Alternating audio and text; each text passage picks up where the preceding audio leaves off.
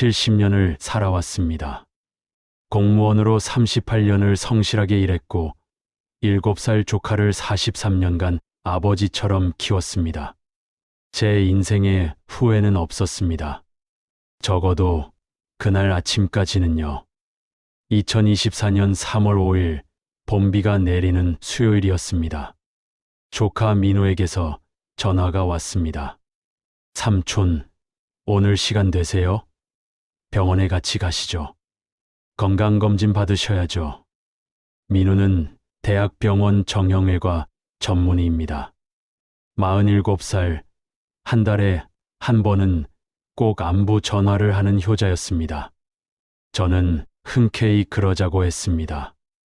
건강검진쯤이야 받아도 되니까요. 병원에 도착하자 민우가 진료실 문을 열어줬습니다. 안으로 들어가니 낯선 의사가 앉아 있었습니다.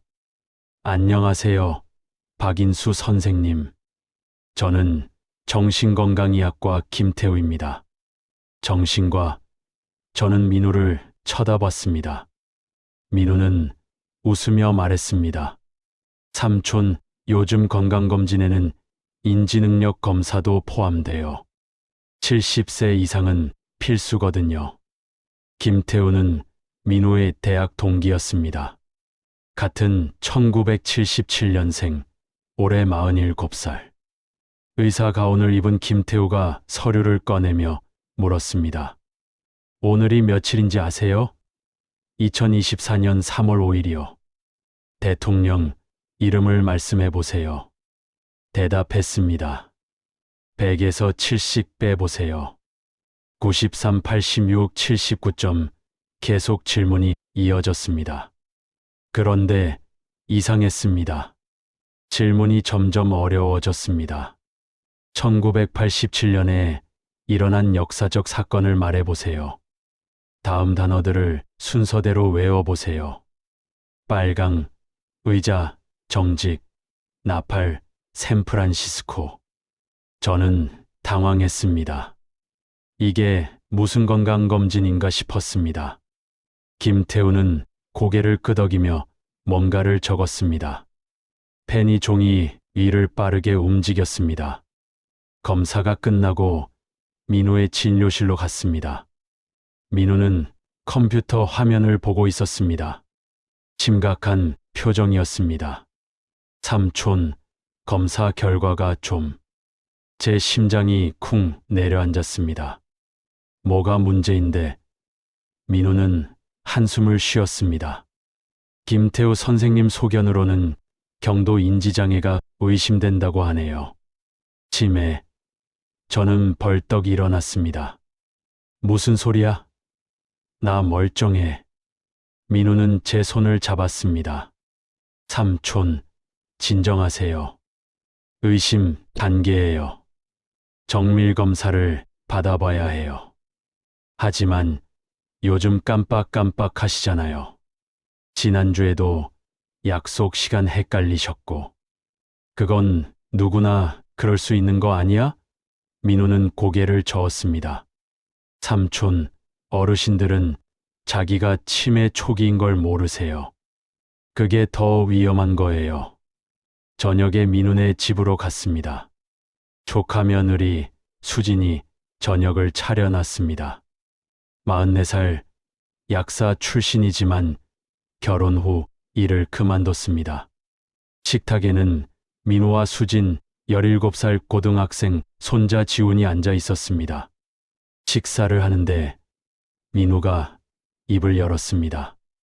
여보, 오늘 삼촌 검사 결과 나왔어. 경도 인지장애 의심이래. 수진의 표정이 굳어졌습니다. 손에 든 숟가락을 내려놨습니다. 그럼 어떻게 해야 하는데요? 민우가 대답했습니다.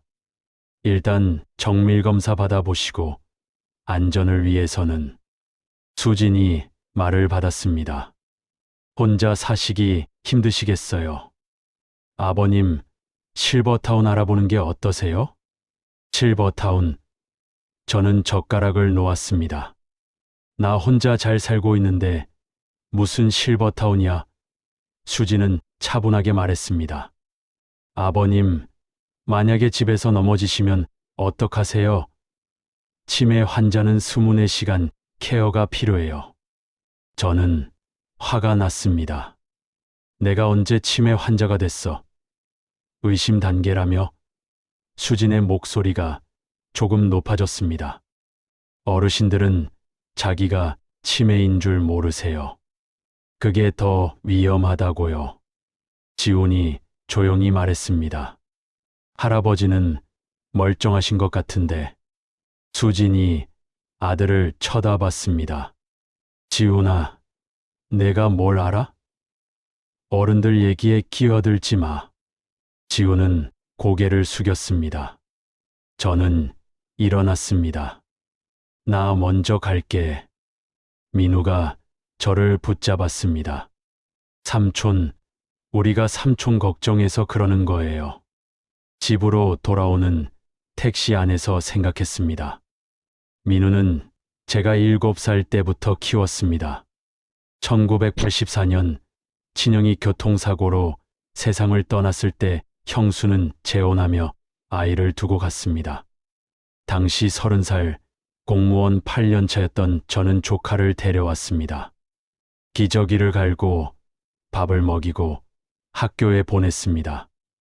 의대 학비 6년, 인턴과 레지던트 생활비까지 전부 제가 댔습니다.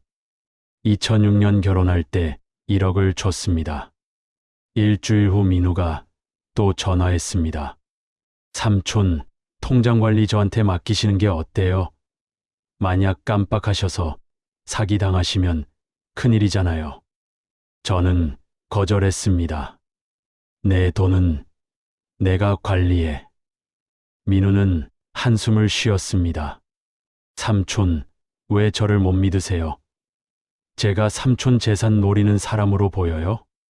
그날 밤 잠이 오지 않았습니다. 책상 서랍을 열었습니다. 통장이 놓여 있었습니다. 2016년 퇴직금 3억, 2019년 상가 건물 투자 15억. 지금 그 건물은 재개발로 50억 가치가 됐습니다. 등기부등본을 꺼내 봤습니다. 소유자 박인수. 제 이름이 또렷했습니다. 며칠 후 우편함에 서류가 들어왔습니다. 실버타운 안내 책자였습니다. 누가 보냈는지 알 수 없었지만 민훈의 집 주소가 적혀 있었습니다. 월 500만 원, 프리미엄 1인실, 24시간 간호 서비스. 화려한 사진들이 가득했습니다. 전단지 귀퉁이에 연필로 작은 글씨가 휘갈겨져 있었습니다. 할아버지, 조심하세요. 지훈의 필체였습니다. 등골이 서늘해졌습니다. 뭔가 잘못되고 있었습니다. 70년을 살면서 사람 보는 눈은 있다고 생각했는데 43년을 키운 조카가 낯설게 느껴졌습니다. 저는 오래된 주소록을 꺼냈습니다. 30년 지기 친구 유정환. 변호사였다가 3년 전 은퇴한 68살 동갑내기였습니다. 전화를 걸었습니다. 정환아, 나 좀 이상한 일이 생겼어. 만나서 얘기 좀 하자. 정환을 만나기로 한 다음 날 민우에게서 또 전화가 왔습니다. 삼촌, 실버타운 한번 구경이라도 가보시죠. 일주일만 체험 삼아 지내보세요. 마음에 안 드시면 바로 나오시면 되고요. 저는 거절하려다 생각을 바꿨습니다. 직접 가서 확인해 보는 것도 나쁘지 않았습니다. 좋아. 그럼 구경만 하는 거다. 2024년 3월 20일 민우의 차를 타고 실버타운에 도착했습니다. 경기도 외곽 한적한 곳에 자리한 5층 건물이었습니다. 입구부터 고급스러웠습니다. 대리석, 바닥, 샹들리에 분수대까지 있었습니다.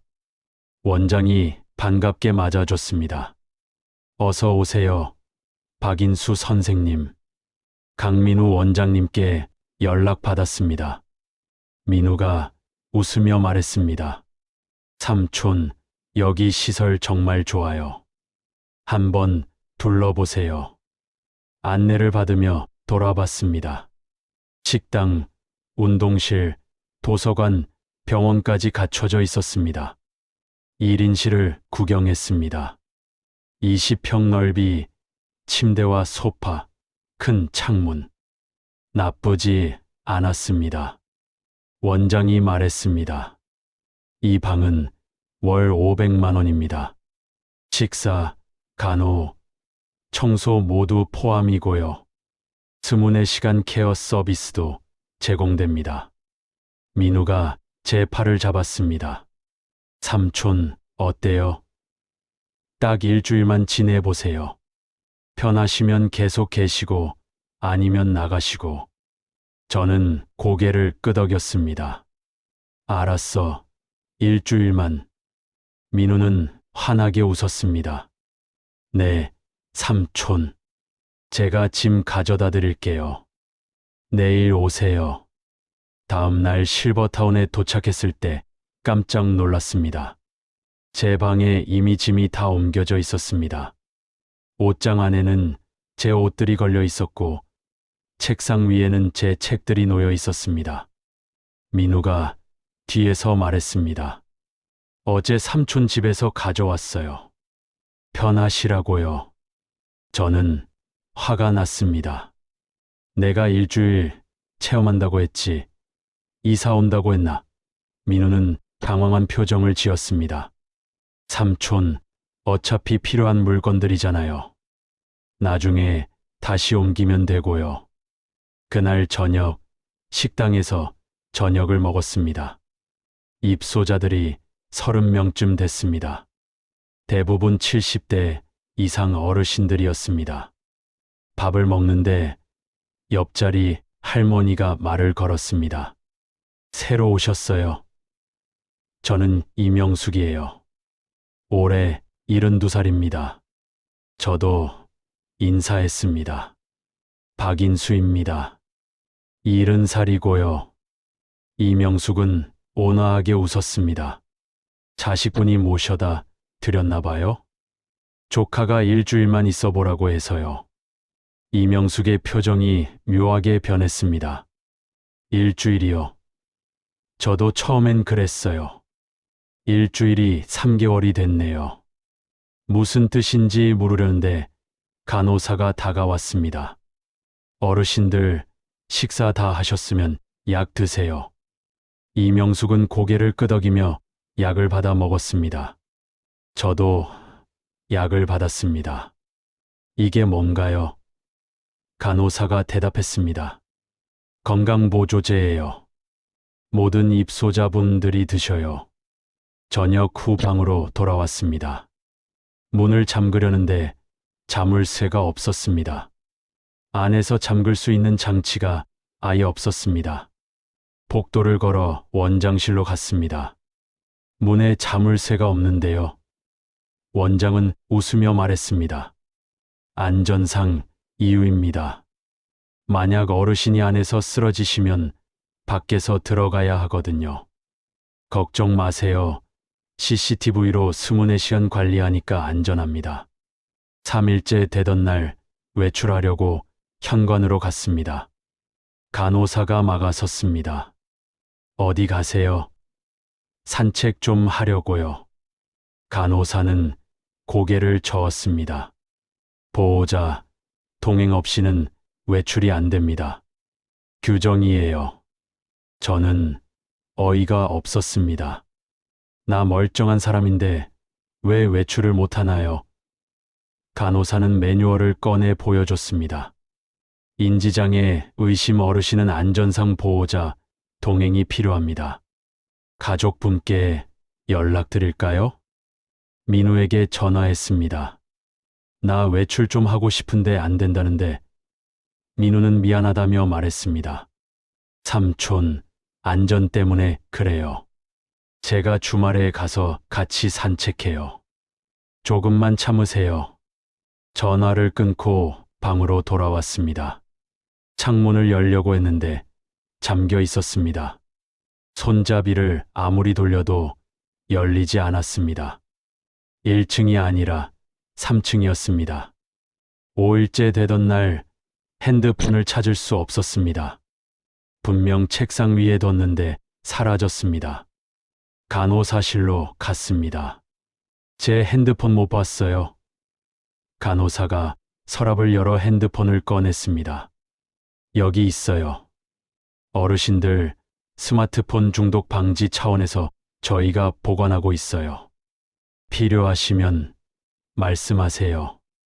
제 핸드폰인데 왜 당신들이 가져간 거죠? 간호사는 웃으며 말했습니다.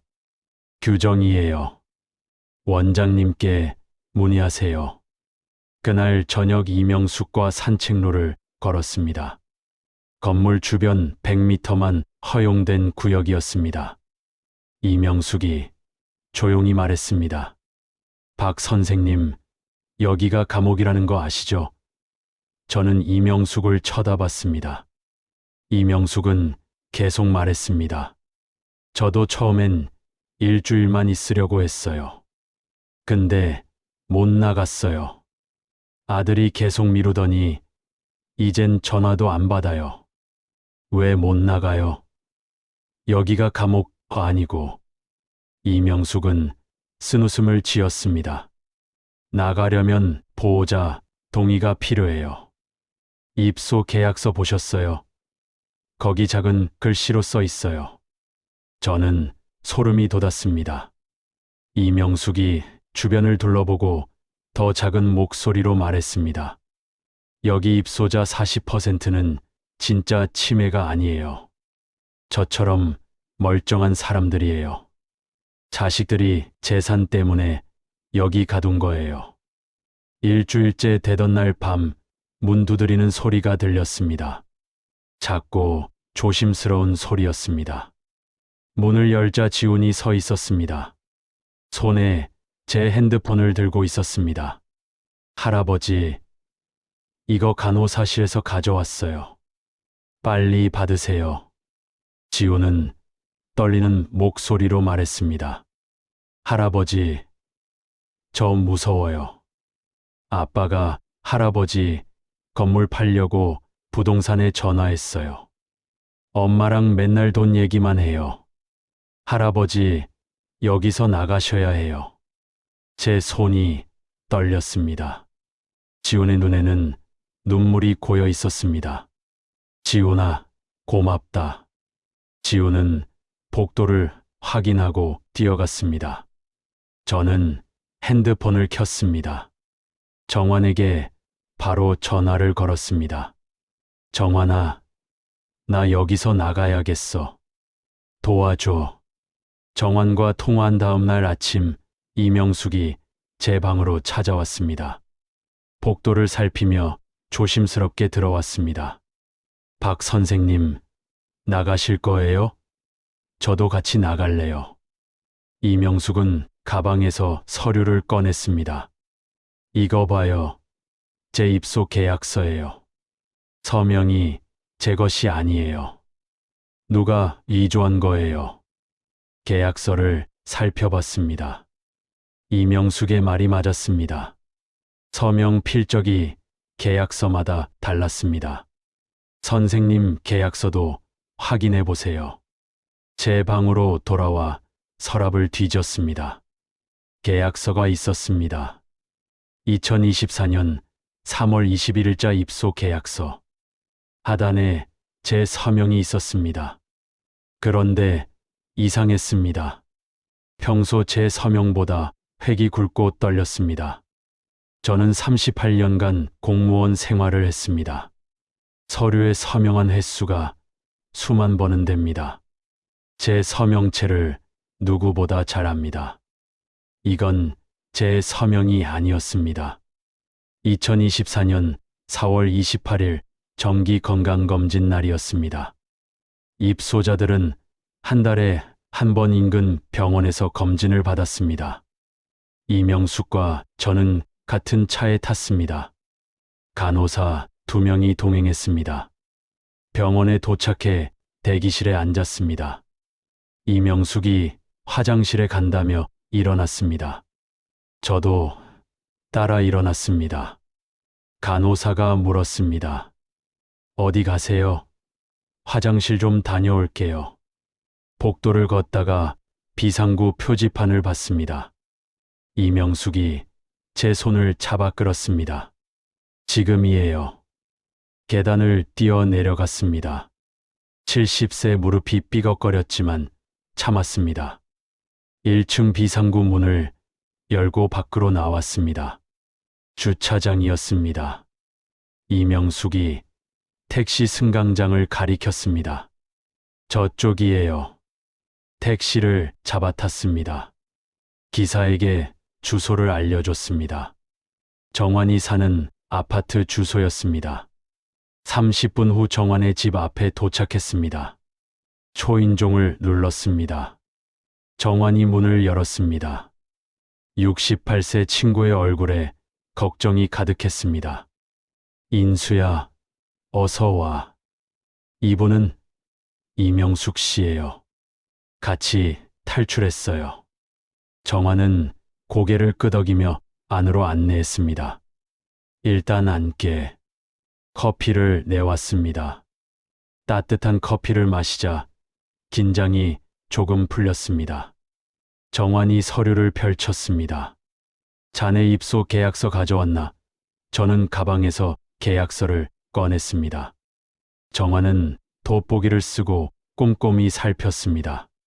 30년 변호사 경력의 눈빛이었습니다. 이거 서명 위조야. 필적 감정받으면 바로 나와. 그리고 이거 봐. 계약 조항 중에 보호자 동의 없이 퇴소 불가라는 조항.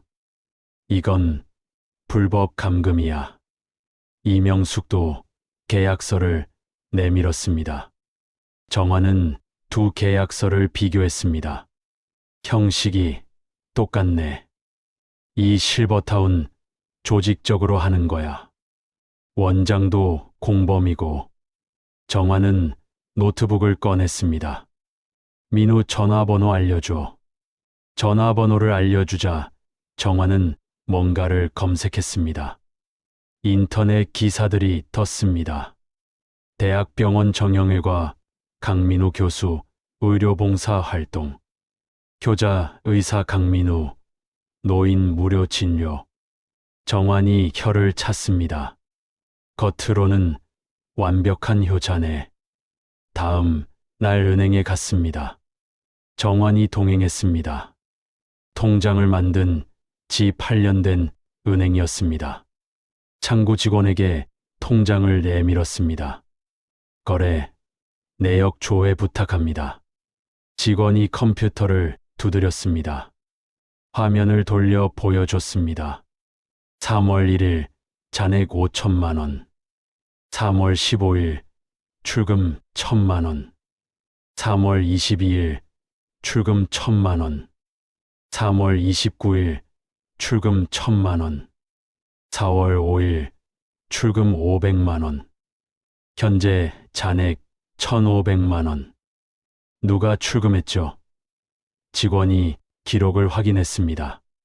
보호자분이 출금하셨네요.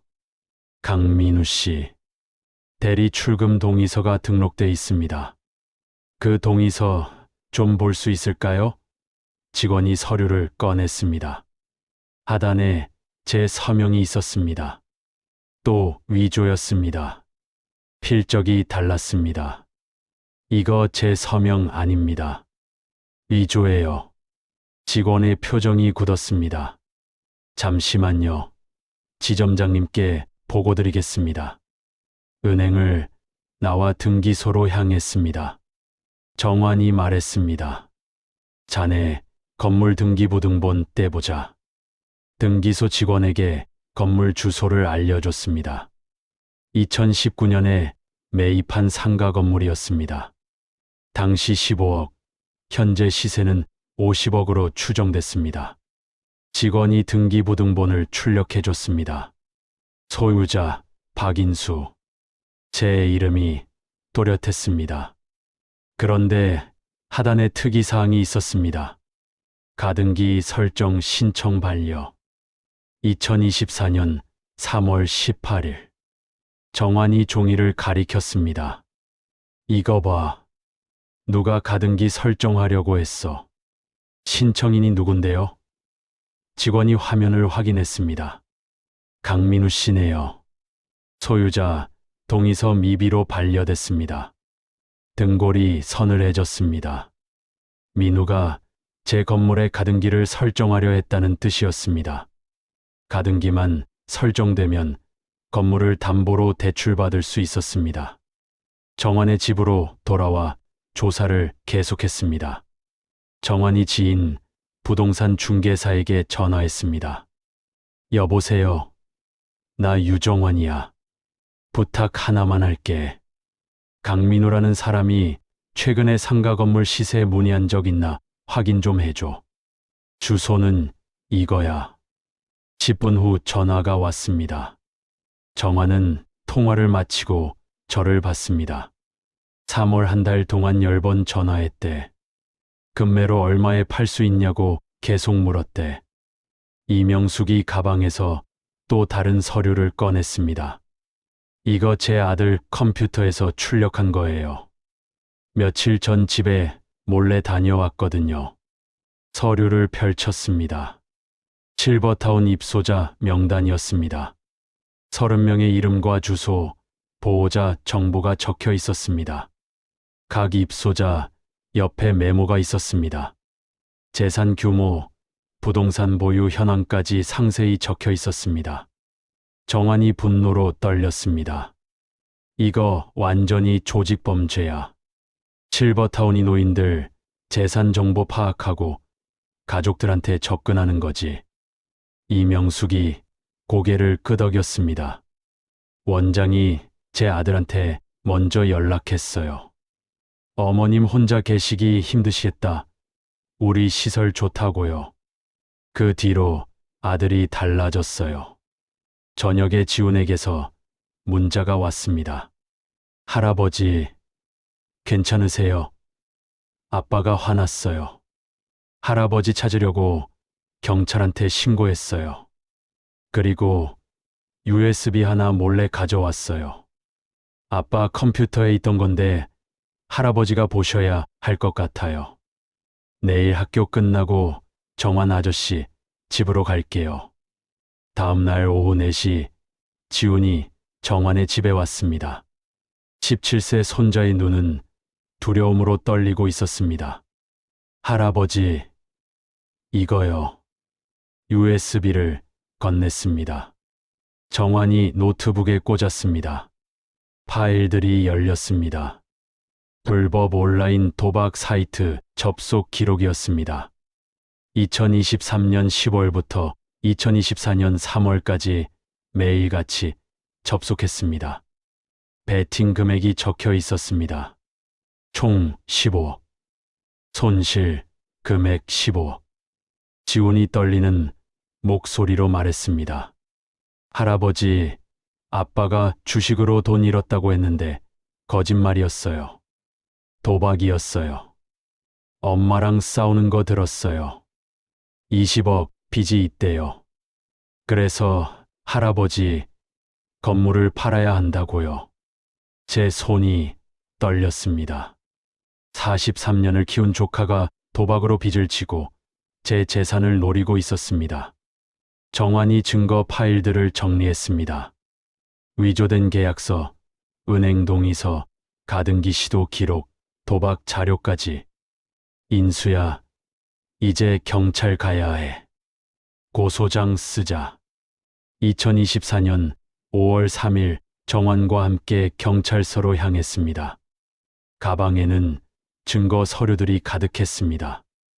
위조된 계약서, 은행 동의서, 가등기 시도 기록, 민우의 도박 자료까지.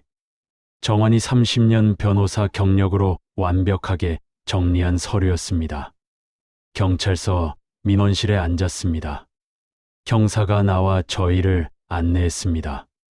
40대 중반쯤 돼 보이는 남자였습니다. 고소하시려는 내용이 뭔가요?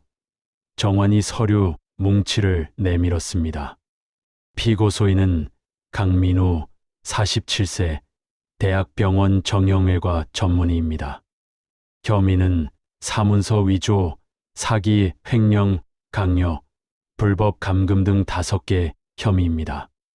형사의 눈이 커졌습니다. 서류를 한 장씩 넘겨봤습니다. 이거 심각한데요. 피해자분이 직접 고소하시는 거예요? 제가 대답했습니다. 네, 제가 43년 키운 조카입니다. 형사는 고개를 끄덕이며 진술서를 작성했습니다. 처음부터 천천히 말씀해 주세요. 저는 1984년부터 시작된 이야기를 했습니다. 7살 조카를 맡게 된 경위, 의대 학비, 결혼 자금, 그리고 최근 몇 달간 벌어진 일들. 가짜 치매 진단, 강제 입소, 재산 탈취 시도까지.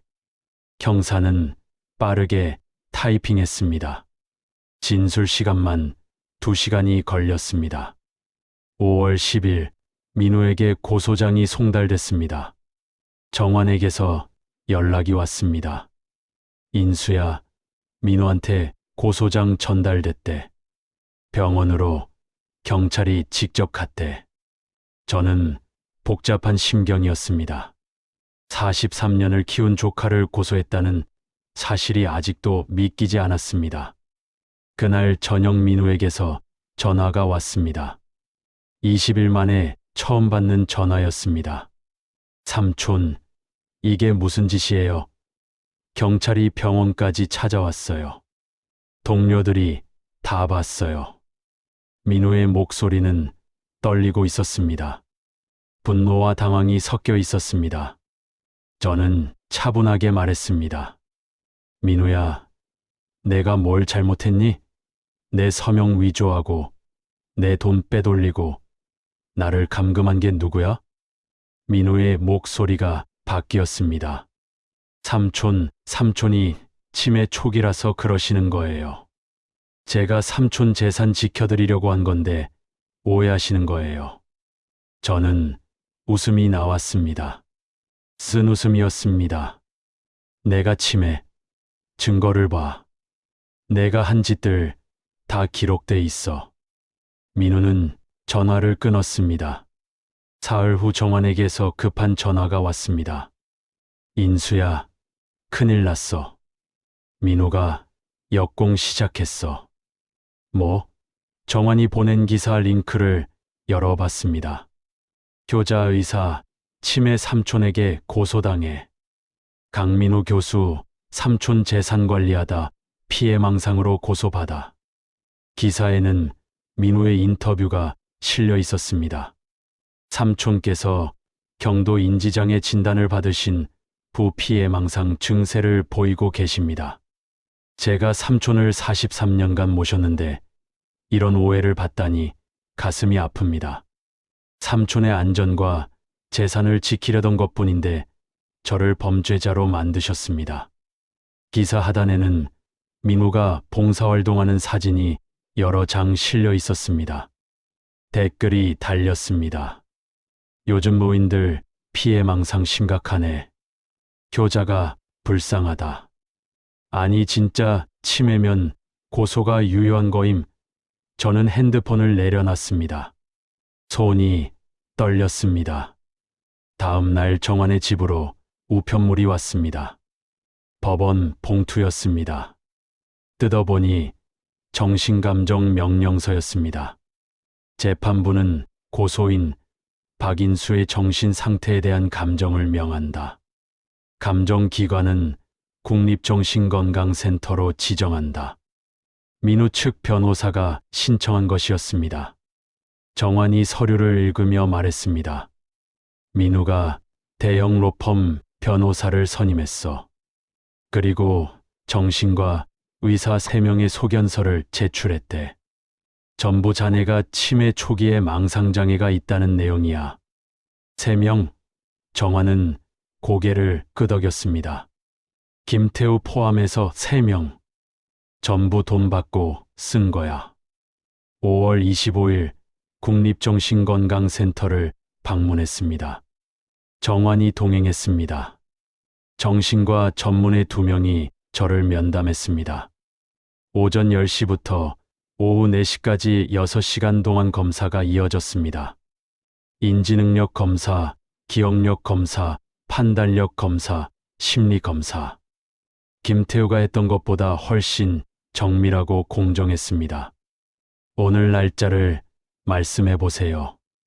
2024년 5월 25일 금요일입니다.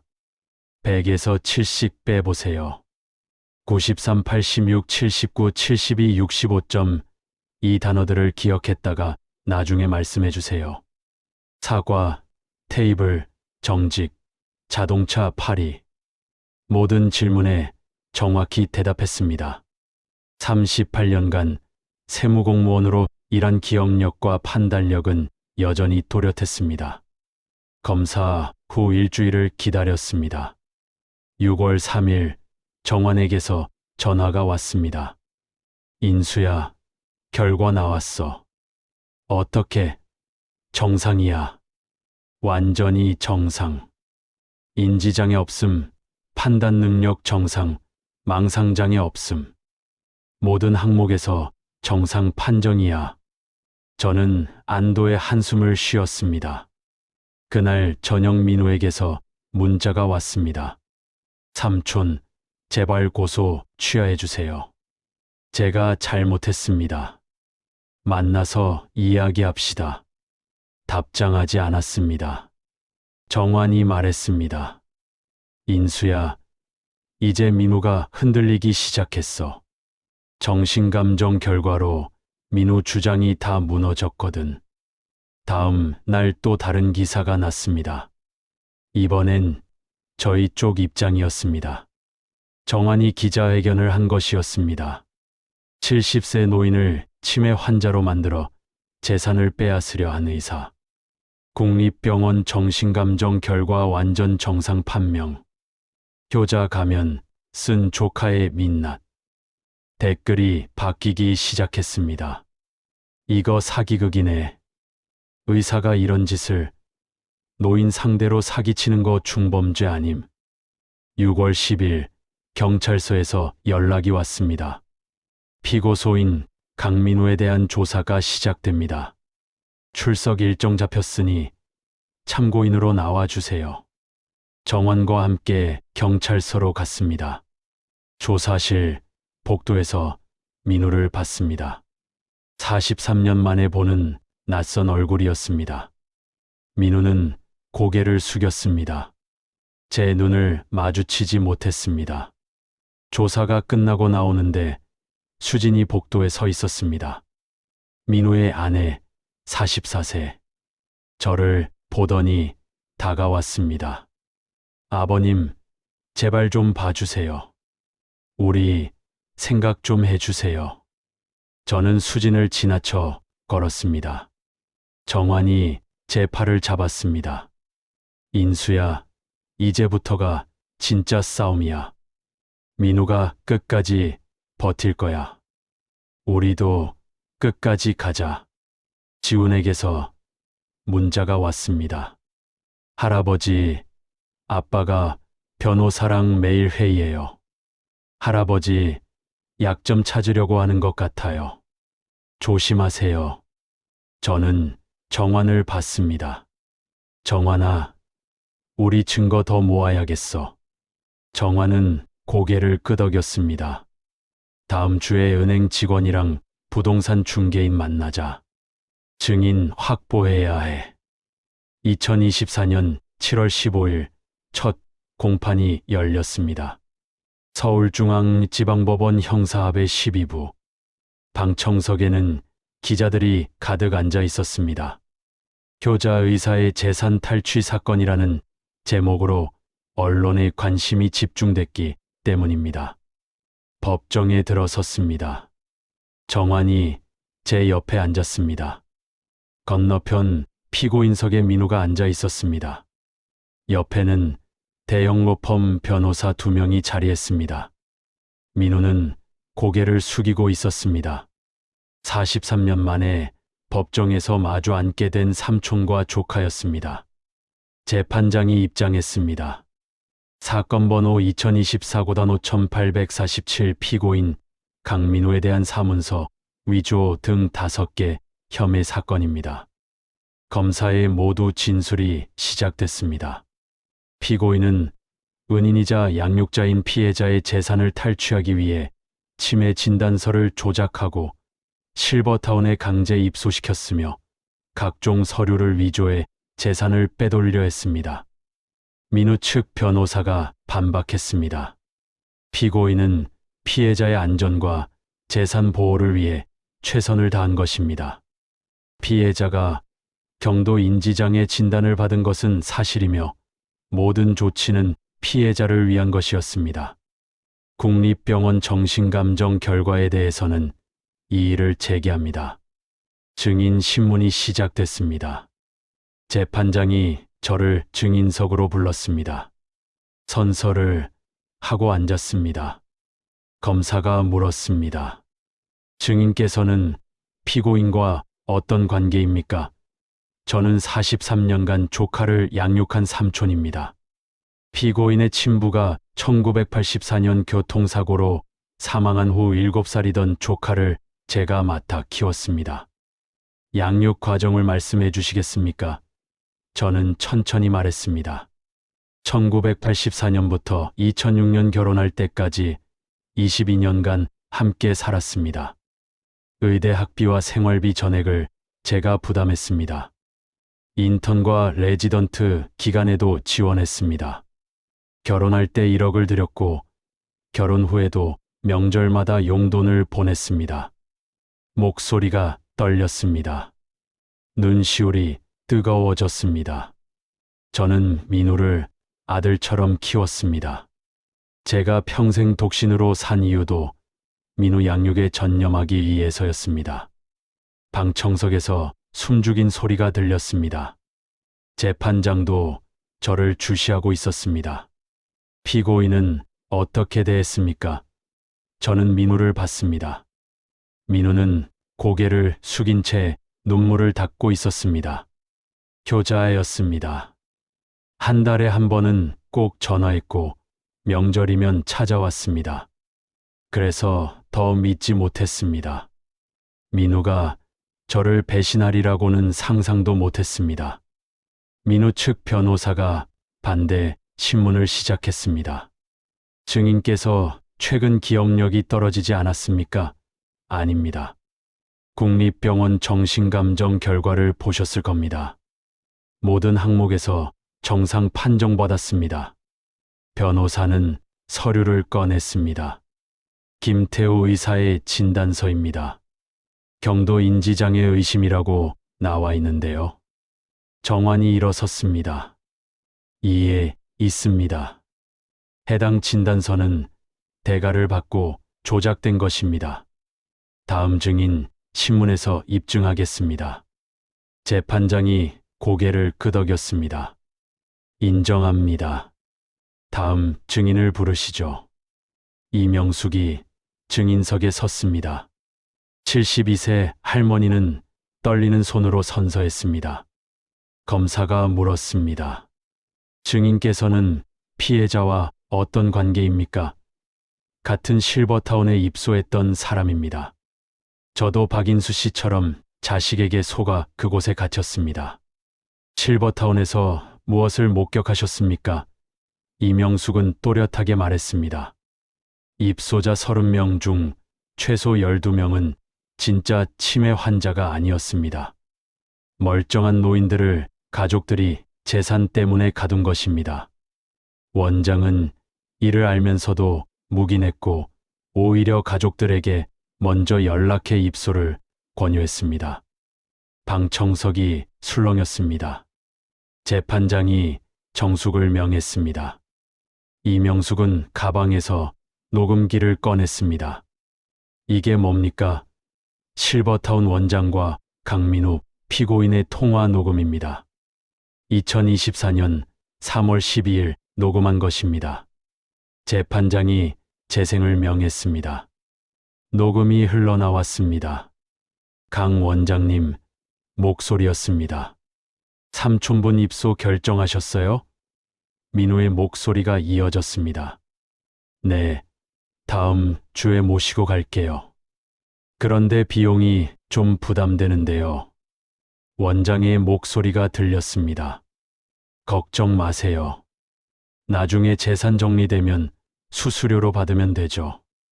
우리 이런 케이스 많이 다뤄봤어요. 법정이 조용해졌습니다. 민호의 얼굴이 새하얗게 변했습니다. 변호사가 뭔가 말하려다 입을 다물었습니다. 재판장이 물었습니다. 이 녹음의 진위는 감정을 통해 확인하겠습니다. 다음 증인 부르시죠. 김태우가 증인석에 섰습니다. 47세 미모의 대학 동기이자 정신과 전문의 선서를 하는 김태우의 손이 떨렸습니다. 검사가 물었습니다. 증인께서는 피해자 박인수 씨에게 경도 인지장애 진단서를 발급했습니까? 네, 발급했습니다. 진단 근거가 무엇이었습니까? 김태우는 한참을 침묵했습니다. 재판장이 답변을 독촉했습니다. 김태우는 떨리는 목소리로 말했습니다. 없었습니다. 진단 근거가 없었습니다. 강민우 피고인에게 부탁받아 진단서를 조작했습니다. 방청석이 다시 술렁였습니다. 재판장이 다시 정숙을 명했습니다. 왜 그런 일을 했습니까? 김태우는 고개를 숙였습니다. 대가를 받았습니다. 500만 원을 받았습니다. 민우가 대학 동기라서 그리고 돈이 필요해서 거절하지 못했습니다. 검사가 추궁했습니다. 증인은 의사입니다. 허위 진단서 발급이 어떤 범죄인지 모르십니까? 알고 있습니다. 죄송합니다. 김태우의 목소리가 떨렸습니다. 저도 의사 면허 박탈될 줄 압니다. 하지만 더 이상 거짓말하고 싶지 않습니다. 은행 직원이 증인석에 섰습니다. 30대 중반 여성이었습니다. 인수의 통장 거래를 담당했던 직원이었습니다. 2024년 3월부터 4월까지 총 3,500만 원이 출금됐는데 모두 강민우 피고인이 대리 출금했습니다. 본인 동의서가 있었나요? 있었습니다. 하지만 나중에 확인해 보니 서명이 위조된 것으로 보입니다. 부동산 중개인이 마지막 증인으로 섰습니다. 50대 남성이었습니다. 강민우 피고인이 2024년 3월 한 달 동안 10번 전화했습니다. 피해자 소유 상가 건물을 금매로 팔 수 있느냐고 계속 물었습니다. 시세가 얼마냐고도 여러 번 물었습니다. 정환이 추가 질문을 했습니다. 피고인이 금매 이유를 말했습니까? 네, 급하게 돈이 필요하다고 했습니다. 20억 정도 필요하다고 했습니다. 그 돈으로 뭘 하려고 했는지 아십니까? 빚을 갚아야 한다고 했습니다. 검사가 마지막 증거를 제출했습니다. 강민우 피고인의 불법 도박 기록입니다. 2023년 10월부터 2024년 3월까지 15억 원을 도박으로 탕진했습니다. 이것이 피해자 재산을 노린 동기입니다. 민우는 고개를 떨어뜨렸습니다. 재판장이 선고 후 기일을 잡았습니다. 다음 공판은 8월 20일입니다. 법정이 끝나고 복도로 나왔습니다. 이명숙과 김태우가 저에게 고개를 숙였습니다. 증언해 주셔서 감사합니다. 정환이 제 어깨를 두드렸습니다. 인수야, 잘 되고 있어. 다음 공판이 마지막이야. 첫 공판이 끝난 다음 날 기사가 쏟아졌습니다. 효자 의사에 가면 도박 빚 갚으려 삼촌 재산 노려. 증인들 줄줄이 폭로, 조작된 치매 진단. 명문대 의사의 추락. 댓글이 폭주했습니다. 의사가 이런 짓을 하다니. 43년 키워준 은인을 배신하다니. 인간 쓰레기네. 7월 18일 정환에게서 전화가 왔습니다. 인수야, 대학병원 징계위원회 열렸대. 민우 진료 정지 결정 났어. 얼마나? 6개월. 사실상 해고 수순이야. 병원 이미지 때문에 계속 둘 수 없대. 저는 복잡한 심정이었습니다. 43년 키운 조카의 몰락을 지켜보는 기분이었습니다. 다음 날 또 다른 기사가 났습니다. 이번엔 수진에 대한 내용이었습니다. 도박, 의사 아내 3개월간 명품 미역 구매, 에르메스 버킨백 3개, 샤넬 가방 5개, 루이비통 의류. 모두 인수의 카드로 결제된 것들이었습니다. 기사에는 카드 사용 내역이 첨부돼 있었습니다. 정환이 자료를 더 찾아냈습니다. 수진의 해외여행 기록이었습니다. 2024년 1월 파리, 2월 밀라노, 3월 런던, 4월 두바이, 5월 홍콩. 5번의 여행 모두 명품 쇼핑이 목적이었습니다. 항공권과 호텔 비용도 인수의 카드였습니다. 총 금액 8천만 원. 인수의 통장에서 빠져나간 돈이었습니다. 7월 25일 정환의 집으로 우편물이 왔습니다. 발신인은 수진이었습니다. 뜯어보니 이혼 소송 서류였습니다. 수진이 미무를 상대로 협의혼을 신청한 것이었습니다. 이혼 사유란에 적힌 내용이 가관이었습니다. 배우자의 도박 중독, 사기 행각, 가정 경제 파탄. 정환이 서류를 읽으며 혀를 찼습니다. 수진이 민우 버리고 도망가려는 거야. 재산분할부터 챙기고. 어떻게 이럴 수가 있어? 정환은 다음 페이지를 넘겼습니다. 재산분할 청구 금액 5억. 결혼 18년간 형성된 공동재산이라는 명목이었습니다. 지훈에게서 문자가 왔습니다. 할아버지, 엄마 아빠가 매일 싸워요. 아빠는 엄마가 돈 쓴 게 문제라고 하고 엄마는 아빠가 도박한 게 문제라고 해요. 저한테는 아무 말도 안 해요. 무섭고 외로워요. 가슴이 먹먹했습니다. 17살 손자가 겪어야 할 일이 아니었습니다. 8월 5일 미무에게서 전화가 왔습니다. 2달 만에 처음이었습니다. 삼촌, 만나주실 수 있으세요? 저는 거절하려다 마음을 바꿨습니다. 직접 보고 싶었습니다. 민우가 어떻게 변했는지. 좋아. 내일 2시에 정환네 집으로 와. 다음 날 민우가 왔습니다. 47세 조카는 완전히 달라져 있었습니다. 수염이 덥수룩했고 눈 밑에 다크서클이 짙었습니다. 정장 대신 후드티를 입고 있었습니다. 민우는 고개를 숙이며 들어왔습니다. 삼촌, 죄송합니다. 민우는 소파에 앉았습니다. 손을 떨며 말을 이었습니다. 삼촌, 제가 정말 잘못했습니다. 도박에 빠져서 정신을 못 차렸어요. 20억 빚이 생기니까 이성을 잃었어요. 삼촌 재산만 생각나더라고요. 저는 차갑게 물었습니다. 그래서 나를 치매 환자로 만들고 감금하고 재산을 빼돌리려 한 거니? 민우는 눈물을 흘렸습니다. 죄송합니다. 제가 미쳤었어요. 삼촌이 43년간 저를 키워주신 건데 제가 어떻게 그런 짓을 할 수 있었는지 지금 와서 후회해도 소용없다는 거 압니다. 하지만 제발 한 번만 용서해 주세요. 고소 취하해 주시면 제가 평생 빚을 갚으면서 살겠습니다. 정환이 냉정하게 물었습니다. 민우 씨, 지금 삼촌한테 용서 구하는 게 진심입니까? 아니면 재판 결과가 두려워서 그러는 겁니까? 민우는 대답하지 못했습니다. 정환이 계속 말했습니다. 병원에서 잘렸죠. 수진 씨가 이혼 소송 걸었죠. 그래서 지금 급한 거 아닙니까?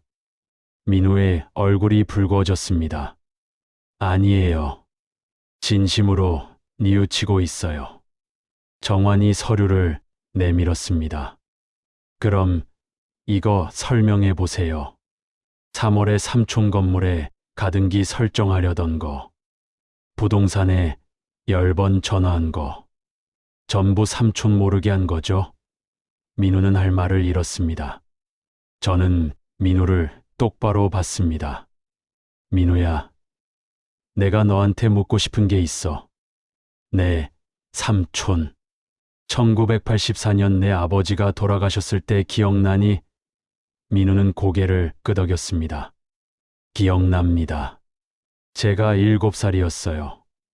내가 그때 뭐라고 했는지 기억하니?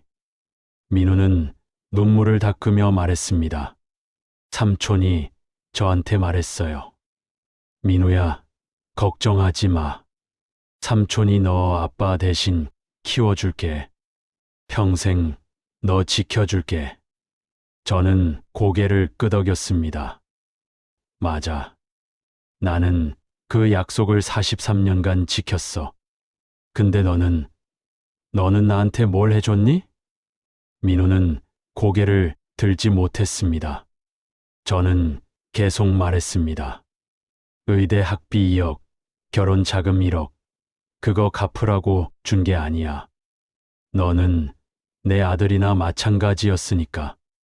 근데 너는 아들이 아버지한테 하는 짓을 했니? 민우는 흐느꼈습니다. 현관문이 열렸습니다. 수진이 들어왔습니다. 44세 조카 며느리는 화장기 없는 얼굴이었습니다.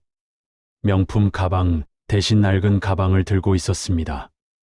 아버님, 저도 사과드리러 왔어요. 저도 잘못했어요. 수지는 민우 옆에 섰습니다. 아버님, 제가 돈을 너무 많이 썼어요. 명품만 사고 여행만 다녔어요. 그게 이 사람을 도박으로 내몰았어요. 제 책임도 커요. 저는 수진을 봤습니다. 수진 씨, 지금 이혼 소송 걸어놓고 무슨 소리예요? 수진의 얼굴이 굳었습니다. 그건 제가 화가 나서 그랬어요. 취하할게요. 정환이 웃었습니다. 재산분할 5억은 챙기시면서요. 수진은 입을 다물었습니다. 정환이 또 다른 서류를 꺼냈습니다. 수진 씨, 이거 아시죠? 실버타운 원장과 통화한 녹취록이에요. 수진 씨도 함께 논의했더라고요. 어떻게 시아버지 재산을 빼낼지. 수진의 얼굴이 하얗게 변했습니다. 당신이 먼저 시작한 거잖아. 수진이 민우를 돌아봤습니다. 도박으로 20억 빚 만든 게 누구야? 내가 명품 산 게 문제야? 당신이 돈만 안 잃었어도 이렇게 안 됐어. 민우도 목소리를 높였습니다. 당신이 돈 쓰지만 않았어도 내가 이 지경까지 안 왔어. 둘은 서로 소리를 질렀습니다. 제 앞에서 부부가 싸우고 있었습니다. 43년 전 결혼식 때 축복해줬던 조카 부부였습니다. 이제는 서로를 물어뜯고 있었습니다. 저는 자리에서 일어났습니다. 나가세요. 둘 다 나가요. 민우와 수지는 저를 봤습니다. 삼촌, 제발. 나가라고 했어. 다신 내 앞에 나타나지 마. 정환이 문을 열었습니다. 나가세요. 둘은 비틀거리며 나갔습니다. 문이 쾅 닫혔습니다. 지훈에게서 전화가 왔습니다. 할아버지, 저 할아버지한테 가도 돼요. 엄마 아빠 없이 살고 싶어요.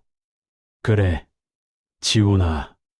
할아버지가 데리러 갈게. 다음 공판까지 준비를 마쳐야 했습니다. 2024년 11월 5일 선고 공판 날이었습니다. 새벽부터 잠이 오지 않았습니다. 정환이 아침 일찍 전화했습니다. 인수야, 준비됐어? 마음 단단히 먹고 가자. 지훈이 제 옆에서 아침을 차렸습니다. 할아버지, 밥 드세요. 한 달 전부터 지훈은 저와 함께 살고 있었습니다. 민호 부부가 매일 싸우는 집을 떠나온 17세 손자였습니다. 법원 앞에는 기자들이 몰려 있었습니다. 카메라 플래시가 터졌습니다. 박인수 씨, 오늘 판결 어떻게 예상하십니까? 정환이 앞을 막아섰습니다. 질문은 판결 후에 받겠습니다. 법정으로 향했습니다. 복도에는 방청객들이 길게 줄을 서 있었습니다. 이 사건에 대한 사회적 관심이 얼마나 큰지 실감했습니다. 법정에 들어섰습니다. 방청석이 꽉 찼습니다. 피고인석에 민우가 앉았습니다. 정장을 입었지만 핏기 없는 얼굴이었습니다. 2달 전 제 앞에서 무릎 꿇고 울던 모습이 떠올랐습니다. 옆에는 대형 로펌 변호사가 앉아 있었습니다. 수진의 모습은 보이지 않았습니다. 재판장이 입장했습니다. 사건 번호 2024고던 5847 피고인 강민우에 대한 선고, 공판을 시작하겠습니다. 선고에 앞서 피고인과 피해자의 최후 진술을 듣겠습니다. 재판장이 저를 불렀습니다. 피해자 박인수 씨, 하실 말씀 있으십니까? 저는 천천히 일어났습니다. 70년을 살아온 무릎이 뻐근했습니다. 단상으로 걸어갔습니다. 방청석 사람들이 저를 주시했습니다. 숨을 고르고 입을 열었습니다. 저는 1984년부터 조카를 키웠습니다. 43년간 제 인생을 조카에게 바쳤습니다. 결혼도 하지 않았습니다. 조카 양육에 전념하기 위해서였습니다. 의대 학비, 생활비, 결혼 자금까지 전부 제가 부담했습니다. 제 퇴직금 3억도 건물에 투자한 것도 언젠가 조카에게 물려주려던 것이었습니다. 목소리가 떨렸습니다. 하지만 계속 말했습니다. 조카는 저를 치매 환자로 만들었습니다. 정신병원에 가둬버렸습니다. 제 재산을 훔치려 했습니다. 43년간 아버지처럼 키운 조카가 저를 물건처럼 취급했습니다. 이게 제가 43년간 헌신한 결과입니다. 방청석이 조용했습니다. 숨소리조차 들리지 않았습니다. 저는 민우를 봤습니다. 민우는 고개를 숙이고 있었습니다. 어깨가 떨렸습니다. 저는 용서할 수 없습니다. 가족이라는 이름으로 노인을 착취하는 것, 은인을 배신하는 것, 이런 범죄는 반드시 처벌받아야 합니다. 법이 정의를 세워주시기 바랍니다. 자리에 앉았습니다. 재판장이 민우를 불렀습니다. 피고인 최후 진술하시겠습니까? 민우가 일어났습니다. 비틀거렸습니다. 변호사가 부축했습니다. 단상으로 걸어가는 민우의 뒷모습이 초라했습니다. 삼촌, 죄송합니다. 민우의 목소리가 떨렸습니다. 제가 인간으로서 해서는 안 될 짓을 했습니다. 43년간 저를 키워주신 삼촌을 배신했습니다. 도박, 빚 때문에 이성을 잃었습니다. 하지만 그 어떤 이유도 제 죄를 정당화할 수 없다는 걸 압니다. 민우는 흐느꼈습니다. 삼촌께 용서를 구하러 온 게 아닙니다. 용서받을 자격이 없다는 걸 압니다. 다만 제가 얼마나 큰 죄를 지었는지 인정하고 싶습니다. 그리고 제 아들 지훈에게 사과하고 싶습니다. 아빠가 나쁜 사람이 돼서 미안하다고. 재판장이 검사에게 최후 변론을 요청했습니다. 검사가 일어섰습니다. 피고인 강민우는 은인이자 양육자를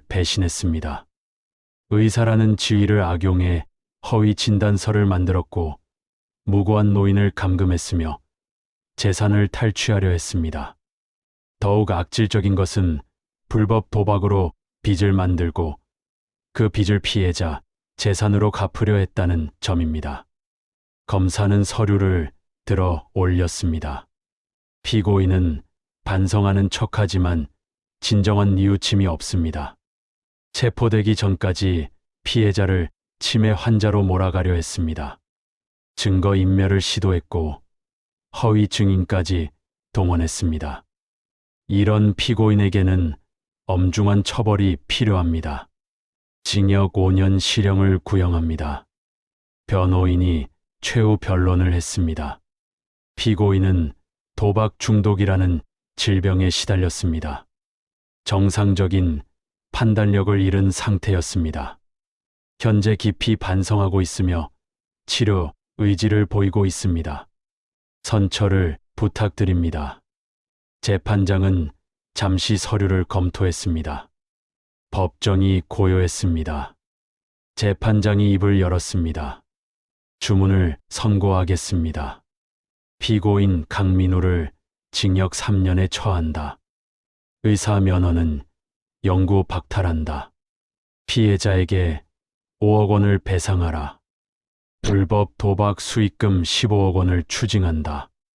실버타운 원장에 대해서는 별도 기소하여 처벌하라. 망치 소리가 울렸습니다. 똑똑똑. 민우는 그 자리에 주저앉았습니다. 변호사가 부축했지만 일어나지 못했습니다.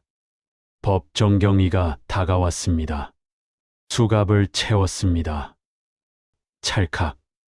차가운 쇠 소리가 법정에 울렸습니다. 민우가 호송되며 저를 봤습니다. 눈물 범벅이 된 얼굴이었습니다. 삼촌, 정말 죄송합니다. 저는 고개를 돌렸습니다. 볼 수 없었습니다. 43년을 함께한 조카의 마지막 모습을 참아볼 수 없었습니다. 법정을 나왔습니다. 복도에 지훈이 서 있었습니다. 17세 손자의 눈에 눈물이 가득했습니다. 할아버지, 지훈이 달려와 저를 안았습니다.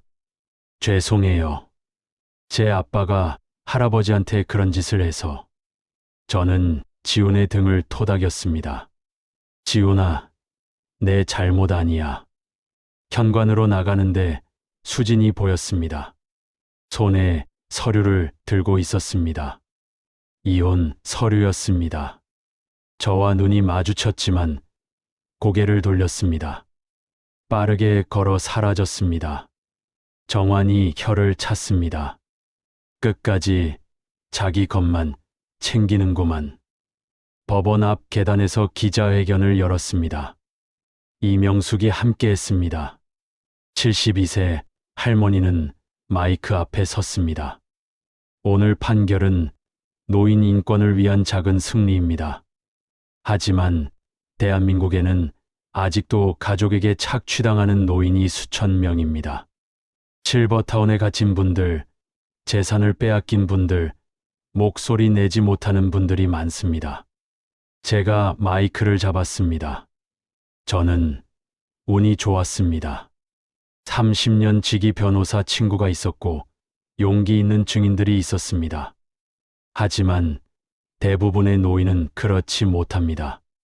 가족이라는 이름으로 자행되는 폭력, 재산 착취, 이런 범죄에 대한 사회적 경각심이 필요합니다. 기자들이 질문했습니다. 조카를 용서할 생각은 없으십니까? 저는 고개를 저었습니다. 아직은 아닙니다. 시간이 필요합니다. 손자 지훈과는 어떻게 지내실 겁니까? 지훈이는 제가 키우겠습니다. 43년 전 민우를 키웠듯이 이번엔 제대로 키우겠습니다. 다음 날 실버타운 원장이 구속됐다는 소식이 들렸습니다. 조직적 노인, 재산 착취 혐의였습니다. 원장의 컴퓨터에서 피해자 명단 50명이 발견됐습니다. 정환이 말했습니다. 인수야, 이제 시작이야. 저 신명도 구해야 해. 함께 법률센터 만들자. 2024년 12월 1일 새 아파트로 이사했습니다. 서울 마포구 35평 아파트였습니다. 상가 건물 일부를 매각한 자금으로 마련했습니다. 15억에 샀던 건물이 50억이 됐고 그중 10억을 현금화했습니다. 나머지 40억 건물은 그대로 보유했습니다. 언젠가 지훈에게 물려줄 재산이었습니다. 이사 트럭에서 짐을 내렸습니다. 지훈이 박스를 날랐습니다. 17세 손자는 한 달 전보다 훨씬 밝아졌습니다. 할아버지, 제 방은 어디예요? 저쪽 방 써. 창문이 크고 햇볕이 잘 들어. 지훈은 환하게 웃었습니다. 고마워요, 할아버지. 거실에 소파를 놓고 앉았습니다. 넓은 창으로 한강이 보였습니다. 70년을 살면서 이렇게 좋은 집에 살아본 적이 없었습니다. 공무원 월급으로 전세 살고 퇴직 후엔 작은 오피스텔에 살았습니다. 조카 키우느라 제 집 하나 제대로 마련 못했습니다. 이제야 제 집이 생겼습니다. 정환이 집들이 선물을 들고 왔습니다. 68세 친구는 화분을 내밀었습니다. 행복수예요. 새 출발 축하해. 고맙네, 정환아. 정환은 거실을 둘러봤습니다. 좋은 집이네. 여기서 지훈이랑 행복하게 살아. 그래야지. 이명숙도 찾아왔습니다. 72세 할머니는 케이크를 가져왔습니다. 박 선생님, 정말 축하드려요. 이제 제대로 된 삶 사시는 거예요. 이명숙 선생님도 고생 많으셨어요. 함께 싸워줘서 고마워요. 이명숙은 웃었습니다. 우리가 이겼잖아요. 함께 더 많은 분들 도와드려요. 며칠 후 지훈과 함께 입시 상담을 받으러 갔습니다. 학원 상담실에 앉았습니다. 상담 교사가 지훈의 성적표를 봤습니다. 성적이 우수하네요. 의대 충분히 갈 수 있어요. 아버지께서 의사시잖아요. 지훈이 고개를 저었습니다.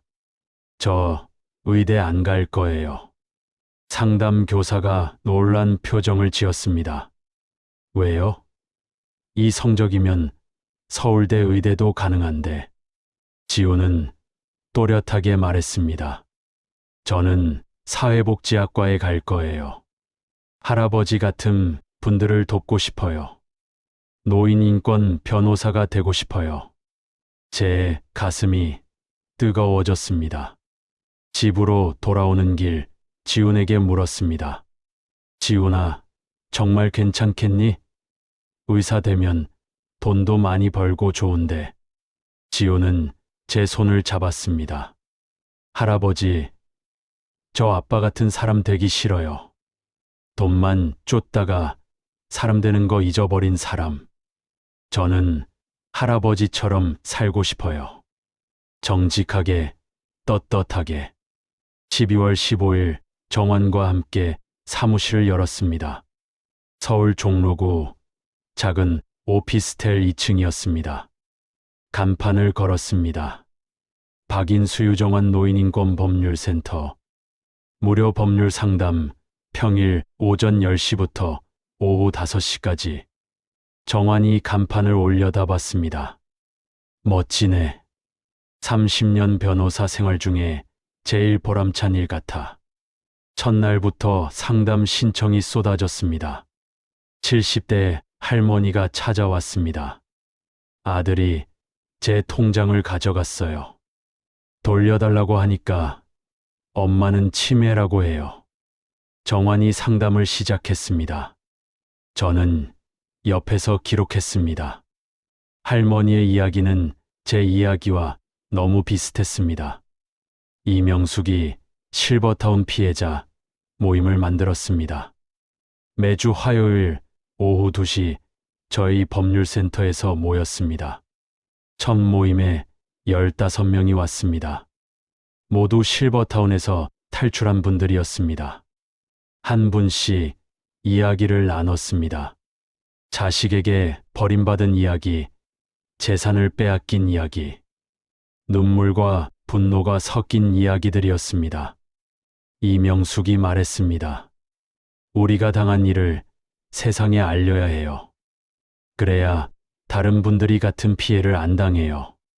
한 할아버지가 고개를 끄덕였습니다. 맞아요. 우리가 목소리 내야 해요. 저는 앞에 나가 말했습니다. 제가 싸워서 이긴 것처럼 여러분도 싸우면 이길 수 있습니다. 법이 우리 편입니다. 12월 24일 교도소에서 편지가 왔습니다. 발신인은 민우였습니다. 뜯어보니 편지지 5장이 들어 있었습니다. 민우의 필체였습니다. 삼촌, 편지를 쓸 자격이 없다는 걸 압니다.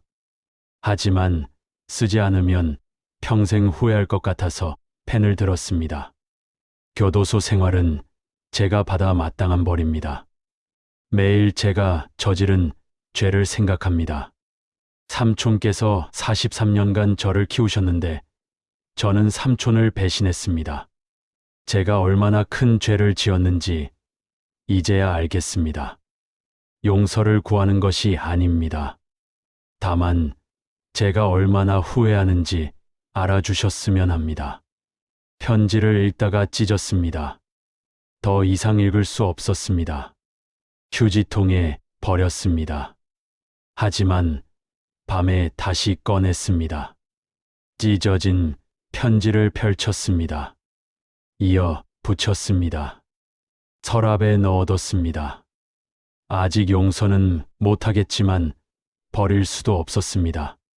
43년의 기억이 담긴 편지였습니다. 12월 31일 형의 산소를 찾았습니다. 경기도 양평 작은 야산이었습니다. 40년 전 형이 묻힌 곳이었습니다. 묘비에 새겨진 이름을 쓰다듬었습니다. 강민수 1952년생 1984년 작고 32세에 세상을 떠난 형이었습니다. 저를 올렸습니다. 형님, 박인수입니다. 민우를 제대로 못 키웠습니다. 43년을 키웠는데 인간성을 가르치지 못했습니다. 형님께 연목이 없습니다. 목이 메었습니다. 하지만 형님, 지훈이는 제대로 키우겠습니다. 지훈이는 착한 아이예요. 할아버지를 배신하지 않았어요. 오히려 할아버지를 구해줬어요. 산소 앞에 한참 앉아 있었습니다. 겨울 바람이 불었습니다. 차가웠지만 상쾌했습니다. 70년을 살면서 이렇게 마음이 편한 적이 없었습니다. 형님, 이제 저도 제 인생을 살겠습니다. 70년 동안 남을 위해 살았으니 이제 저를 위해 살아도 되겠죠. 2025년 1월 1일 새해 첫날이었습니다. 정환, 이명숙, 지훈과 함께 해돋이를 보러 갔습니다. 강화도 해변이었습니다. 새벽 5시 어둠 속에서 사람들이 모여들었습니다. 저희도 백사장에 섰습니다. 차가운 바람이 불었지만 따뜻했습니다. 사람들의 온기 때문이었습니다. 수평선이 붉게 물들었습니다. 해가 떠올랐습니다. 둥근 태양이 바다 위로 솟아올랐습니다. 사람들이 박수를 쳤습니다. 환호성이 터졌습니다. 지훈이 제 손을 잡았습니다. 할아버지, 새해 복 많이 받으세요. 지훈아, 너도. 정환이 말했습니다. 인수야, 71세 생일 축하해. 올해는 좋은 일만 가득하길. 이명숙도 웃었습니다. 박 선생님, 우리 올해도 열심히 활동해요. 도와야 할 분들이 많아요. 그래야죠. 71세지만 이제 시작입니다. 1월 5일 법률센터로 첫 출근을 했습니다. 문을 여니 상담 신청서가 쌓여 있었습니다. 20건이 넘었습니다. 정환이 커피를 내왔습니다. 오늘도 바쁘겠네. 좋은 일이지. 사람들이 우리를 믿고 찾아오는 거니까. 오전 10시 첫 상담자가 왔습니다. 75세 할아버지였습니다. 며느리가 제 집을 팔려고 해요. 도와주세요. 정환이 상담을 시작했습니다. 걱정 마세요. 저희가 도와드릴게요. 저는 할아버지에게 차를 따라드렸습니다. 따뜻한 차였습니다. 점심시간 지훈이 도시락을 들고 왔습니다. 할아버지, 제가 싸왔어요. 같이 먹어요.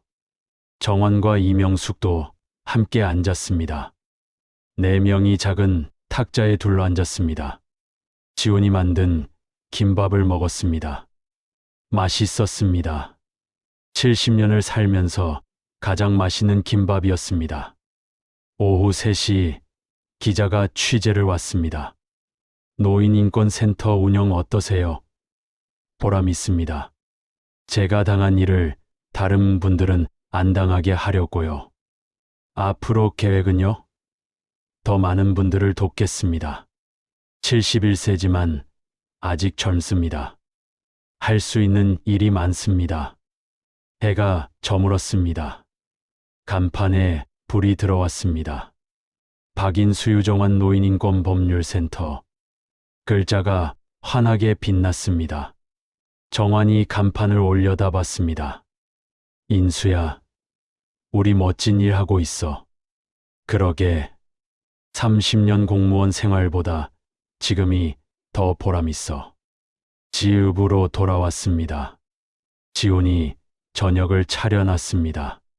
할아버지, 어서 오세요. 밥 먹어요.